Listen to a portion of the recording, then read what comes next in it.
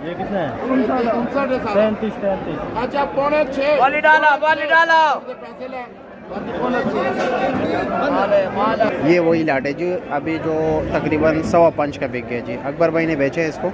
ये टमाटर है, मुझे जाल वाले टमाटर लगे। हाँ जाल वाले टमाटर है, थोड़ा नरम है। जाल वाले टमाटर थोड़ा नरम आते हैं जी, लेकिन टमाटर इसकी शाइनिंग बहुत अच्छी होती है। वज़न इसका है 13 साढ़े 13 किलो।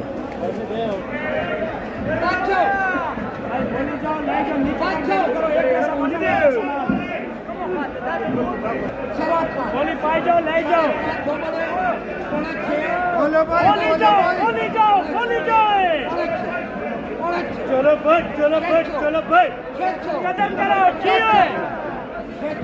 बोली जाओ भाई, बोली जाओ, ये नहीं मिलेगा।